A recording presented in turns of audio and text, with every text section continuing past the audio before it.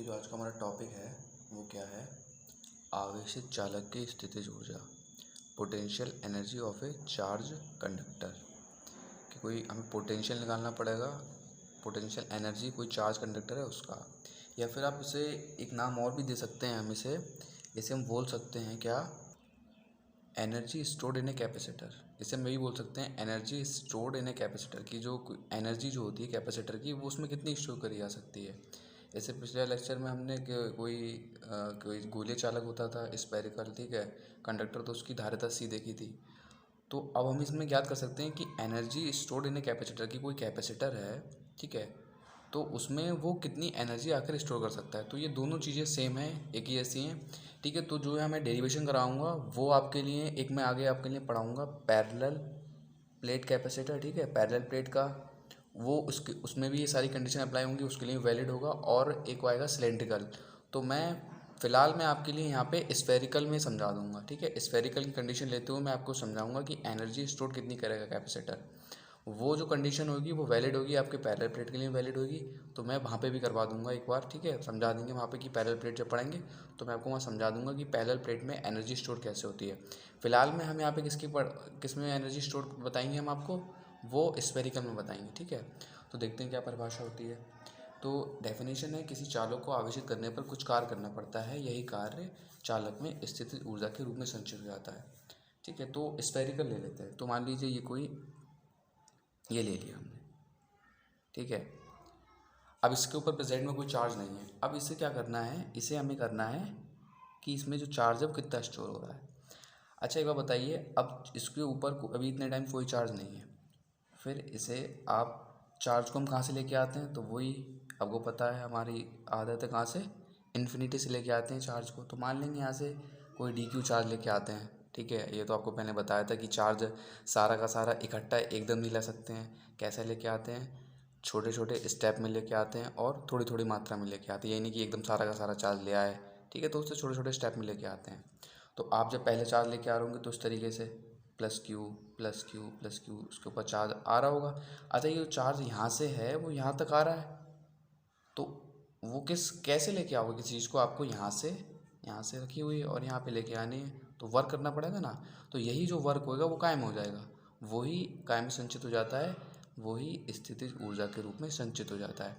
अच्छा एक बात बताइए, जैसे आप पहली बार चार्ज लेके आए, ठीक है, तो पहले तो उसमें कोई भी चार्ज नहीं था, तो आसानी से चार्ज आ जाएगा इसके ऊपर, ध्यान समझनी है बातें थोड़ी, ठीक है। तो पहली बार चार्ज लेके आए, आसानी से इस पर आ जाएगा। अब दोबारा चार्ज जब लेके आ रहे हो तो क्या होगा, अब इस पर ऑलरेडी प्लस का चार्ज हो गया है, पहले बार तो कोई भी चार्ज नहीं था, ठीक है, पहली कंडीशन ये थी। अभी कोई चार्ज नहीं है, इन्फिनिटी से चार्ज लिया है, आराम से लिया है, कोई दिक्कत नहीं है। अब इस पर प्लस क्यू चार्ज आ गया, अब दोबारा में चार्ज लेके आओगे, ठीक है, और प्लस क्यू चार्ज ऑलरेडी इसके ऊपर क्या है, ऑलरेडी प्लस क्यू चार्ज अभी है, तो वो इसे क्या करेगा, रेपेल करेगा। अब रेपेल करेगा तो आपको ज़्यादा वर्क करना पड़ेगा। तो ध्यान रखना, जैसे जैसे इस पर चार्ज की जो मात्रा है बढ़ती जाएगी, वैसे वैसे आपको क्या होगा, वर्क लाने में ज़्यादा से ज़्यादा वर्क करना पड़ेगा। और ज़्यादा वर्क करेंगे तो जितना वर्क करते जाएंगे उतने ही जो आपकी स्थितिज ऊर्जा है, पोटेंशियल है, वो संचित होती जाएगी, ठीक है। तो ये समझाने के लिए था केवल। तो इस तरीके से इस पर प्लस क्यू चार्ज आप स्टोरेज कर रहे होंगे, वर्क लाते हुए वो पोटेंशियल में हो जाएगा कन्वर्ट। अब वो देखेंगे कैसे कन्वर्ट होगा।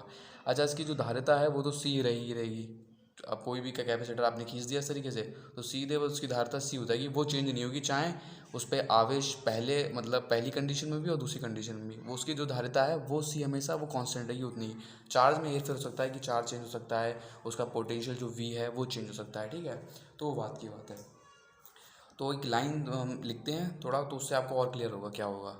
देखिए, माना कि चालक की धारिता सी है, इसे क्यू आवेश देने पर इसका विभव वी हो जाता है, तो फार्मूला वी बराबर क्यू अपान सी हो गया। देखिए जो ये चीज़ है ये केवल और केवल समझाने के लिए थी, आपको ये कुछ नहीं लिखना है, ठीक है, ये केवल समझाने के लिए थी, क्योंकि हम निकाल रहे हैं एनर्जी स्टोर्ड इन कैपेसिटर। तो आपको ये समझा रहा था कि किस तरीके से आप वर्क करा जाएगा। ये कुछ लिखने की जरूरत नहीं है, केवल आप इस लाइन के बाद ये जो डेफिनेशन लिखी इस पर ध्यान देंगे क्या होगा। तो माना हमने किसी चालक की धारिता सी है, ठीक है, इसे क्यू आवेश देने पर इसका विभव कितना हो गया, वी हो जाता है। तो वी बराबर फार्मूला क्या हो गया, क्यू अपॉन सी हो गया, ठीक है। तो पता वो फार्मूला सी बराबर क्यू वी से निकाल लिया। अब देखिए क्या है, माना चालक को अनंत सूक्ष्म आवेश डी क्यू और देते हैं। क्या करा हमने, उसे अनंत सूक्ष्म आवेश डी क्यू और दिया, कोई चालक रहा होगा, ठीक है, वही ये चालक हो गया, इस पे आवेश है, तो यहाँ फार्मूला जो V बराबर है वो कितना हो गया, Q/C हो गया। अब इसे क्या करा हमने, अनंत सूक्ष्म आवेश जो dq है वो और दिया। जब आवेश dq और दोगे तो कुछ कार्य करना पड़ेगा, तो वो कार्य क्या होगा, अच्छा कार्य का फार्मूला क्या होता है, तो यहाँ पे आप बताएंगे कार्य का फार्मूला बताएंगे आप क्या होता है, W बराबर क्या होता है, V/Q, फार्मूला होता है W बराबर V/Q, ठीक है। अच्छा वो ये वाला फार्मूला आता कहाँ से, ये ऐसे यहाँ से आता है, V बराबर W/Q भी होता है ना, ये आपको पढ़ाया था, पीछे पढ़ाया था मैंने, ये वाला डेरिवेशन आपको करवाया था,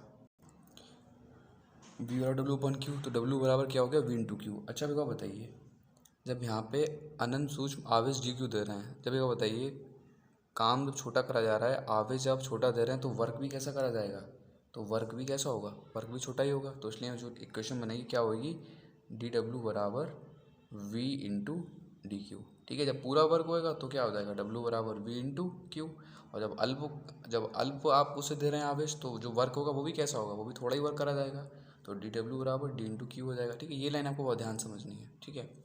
आगे आप सॉल्व करते हैं बस, अब कुछ नहीं है इसमें डेरिवेशन में, अब मैथ लगनी है बस। तो dW इक्वल टू V की वैल्यू कितनी है भाई, V की वैल्यू ये हो गई कितनी, Q/C, Q/C इंटू DQ, ठीक है। अच्छा तो यहाँ पे जो ये C है, ये जो है ये कांस्टेंट है, ये क्यों, चाहे आपने जब इसे DQ आवेश दे दिया तो भी यही C रहेगी, और आवेश देने से पहले भी इसकी जो कैपेसिटी है वो C ही रहेगी, ये कांस्टेंट है, ये ध्यान रखना है आपको। अब इंटीग्रेशन करते हैं भाई इसका, तो इंटीग्रेशन करने के लिए ये इंटीग्रेशन का साइन dW इक्वल टू ये इंटीग्रेशन लगाया Q/C इंटू DQ, लिमिट लगाते हैं, तो वही वर्क कहाँ से करा होगा, शुरू 0 से करा होगा वर्क, और कहाँ तक कराएंगे, W तक। ऐसे ही जो आवेश है वो कहाँ से देंगे, 0 से शुरू करेंगे और Q तक देंगे, ठीक है। ये समझ में आ रही ना लिमिट, ये लिमिट भी आपको बहुत ध्यान समझनी है। क्या, जैसे मान लीजिए ये कोई स्फेरिकल हो गया, ठीक है, इसे आवेश देना है, अभी इस पर कोई आवेश नहीं है, तो आवेश आप 0 से तो करोगे शुरू, और 0 से कहाँ तक दोगे, इसे Q तक आवेश दोगे, तो लिमिट होगी 0 से Q तक। अब इंटीग्रेशन करते हैं, तो ये क्या हो जाएगी, इसकी W लिमिट हो जाएगी, lower limit upper limit equal to 1/C, constant बाहर आ जाएगा, और ये अंदर बचेगा 0 से Q इंटू DQ, ठीक है। आगे लिमिट खोलते हैं, तो आपको पता होगी कैसे खुली जाती है limit, upper limit minus lower limit, तो ये हो जाएगा W इक्वल टू 1/C, और ये आ जाएगा Q इंटू DQ का जो इंटीग्रेशन आएगा Q² और ये हो जाएगा 0 से Q, ठीक है। आप इंटीग्रेशन जल्द से सीख लें, ये मैंने जो एक पिछला टॉपिक कराया था उसमें थोड़ा सा डेरिवेशन का इंटीग्रेशन का बताया था, तो आप वो वीडियो से समझ सकते हैं वहाँ पे। तो आगे से कर सकते हैं W बराबर 1/C, और ये वाली लिमिट खोलेंगे तो upper limit minus lower limit, ठीक है। तो ये क्या हो जाएगा, यहाँ पे W बराबर 1 यहाँ पे भाई 2 आएगा, सॉरी यहाँ पे 2 आएगा 2C, ठीक है। तो ये क्या हो जाएगा 1/2 Q²/C, तो ये आ गया वर्क। ये वर्क क्या आया है, जब किसी चालक को हम क्या करते हैं, आवेशित करते हैं, तो उसे आवेशित करने में आपको जो वर्क करना पड़ेगा, जो वर्क डन है वो आया है W बराबर 1/Q²/C।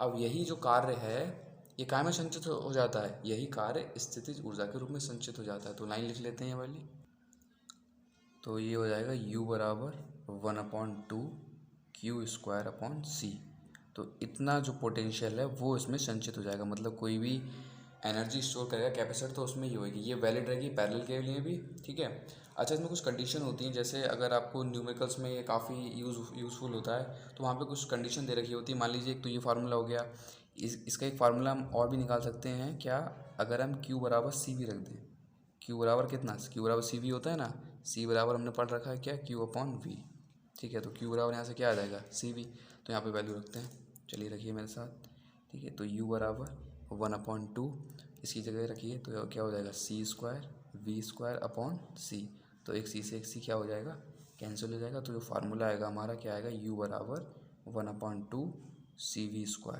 ठीक है। और मात्रक तो उसका आपको पता ही क्या हो जाएगा, मात्रक इसका हो जाएगा जूल, ठीक है। तो ये हो गया U बराबर 1/2 CV²। तो आप ये कर लेंगे। ये देखिए आगे हम पैरेलल प्लेट का जो पढ़ेंगे तो मैं उसमें भी आपको एक कॉन्सेप्ट बताऊंगा, ठीक है। तो ये जो हमारा डेरिवेशन है वो कंप्लीट हो गया है, आप इसे एक आध बार प्रैक्टिस करें इसकी, तो आपको ये बहुत और अच्छे से समझ में आ जाएगा। और वीडियो अगर आपको पसंद आई हो तो वीडियो आप लाइक कर दें, और अगर चैनल सब्सक्राइब नहीं करा तो प्लीज़ चैनल सब्सक्राइब कर दें। मिलते हैं नेक्स्ट वीडियो में। Thank you very much.